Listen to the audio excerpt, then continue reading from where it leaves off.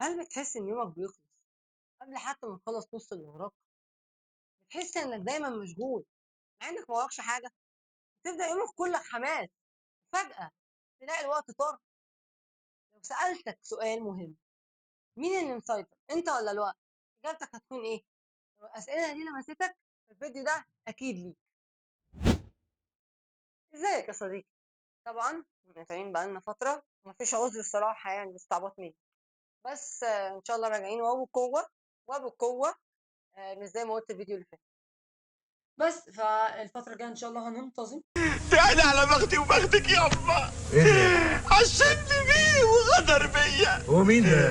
حببني فيه وسابني يابا. النهارده يا صديقي في سلسلة جديدة بقى على مزاج الوقت. هنتكلم إزاي تعرف تنظم وقتك وإيه أهمية الوقت وإزاي تبقى منتج أكتر. طبعا هنتكلم زي ما متعودين بطريقة عملية. وعايزة أقول لك يا صديقي إن إحنا في السلسلة دي هنخلي الوقت مش يعطلك بل هو اللي بيخدمك يا صاحبي. يا صديقي مش بنعرف نظبط وقتنا بسبب 3 حاجات. أول حاجة التشتت، أنت عارف يعني التشتت ما شاء الله كل حاجة قدامنا بتخلينا نتشتت. تاني حاجة مش بنعرف نقول لأ.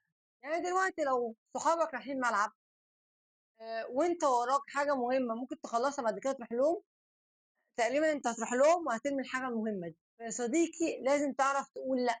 تالت حاجة إنك مش مدرك أهمية الوقت. يا صديقي الوقت مهم جدًا، إحنا في زمن الوقت فيه بيجري، بيجري بطريقة يعني لا توصف. فأنت يا دوبك بس مثلًا تروح تعمل حاجة ترجع تلاقي الساعة مثلًا عدِّت ساعة مثلًا والّا ساعتين من وقتك. فعايزينك تدرك أهمية الوقت. إزاي بقى يا صديقي نضبّط الوقت بتاعنا؟ 1 نحدد الأولويات. يعني في مربع كده هاحطه لك هنا بتاع جدول ايزنهاور. ايزنهاور ده بقى يا صديقي قال لك إيه؟ قال لك المهام عندنا بتتقسم ل4 حاجات، مهم وعاجل، مهمة بس مش مستعجلة أوي، مش مهمة بس عاجلة، ومش مهمة ولا عاجلة فدي ممكن تتركن عادي. لكن العاجل لازم نعمله حتى لو مهمة أو مش مهمة. بالذات لو مهمة وعاجلة فأنت لازم تضبّط أولوياتك على المبدأ ده، اللي هو يعني تضبّطها على الجدول اللي أنا هاحطه لك ده.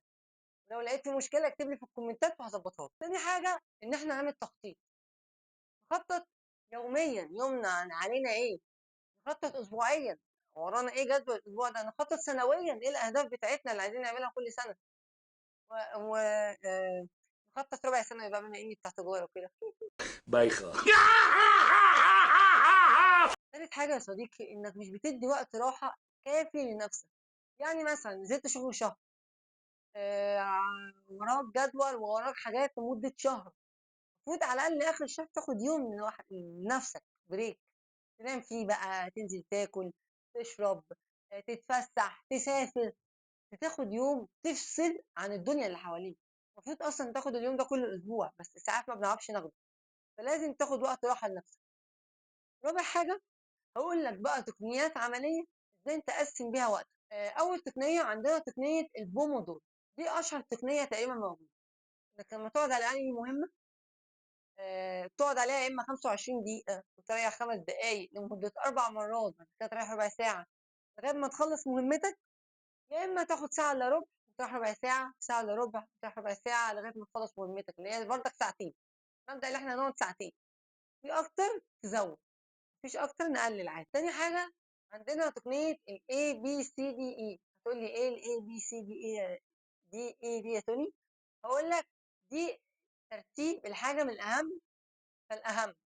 يعني النهارده عندي كورس إنجليزي أهم حاجة، بعد كده عندي خروجة مع صحابي دي تاني حاجة، مش عارف عندي دكتور مثلًا، الدكتور لأ ده تاني حاجة بعد مش عارف إيه. فأنا بانظّمها على إيه أهم حاجة عندي وإيه مش أهم حاجة عندي. تالت حاجة 20/80 اللي هي 80% من النتايج بييجي في 20% من الجهد. يعني لو عملت جهد لمدة مثلًا ساعتين 20% تعرف تعمل نتايج 80% على الحاجة اللي أنت حاططها. فأنت لازم تجتهد عشان توصل للحاجة، حتى لو اجتهاد قليل بس توصل، تحقق الهدف اللي عندك في اليوم والوقت اللي أنت حاطّه. انت منظم وقتك بطريقه معينه. تالت بقى طريقه عندنا مهمه واحده اساسيه وثلاثه فرعيه.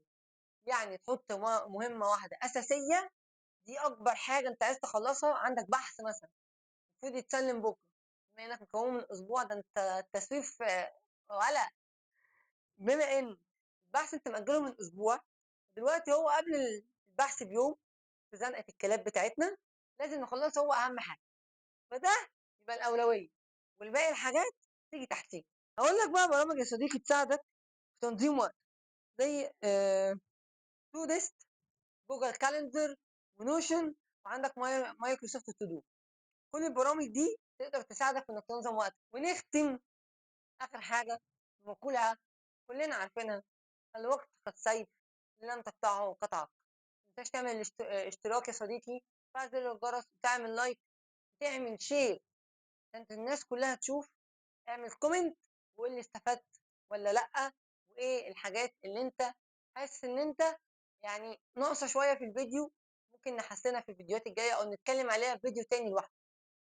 سلام. مش كده وبس، بوحه بيدخن دخن إيه. ايوه، طب انت عايز ايه دلوقتي؟ بس يا صديقي، وعايز نختم ولا انت مش عايز نختم؟ لا ما نختمش، ما اختمش، اقفل الفيديو، ما اختمش، هسيبه كده. اسيب المكان وامشي ولا اسيب الدنيا كلها وامشي واضرب نفسي بالرصاص وارتاح منكم؟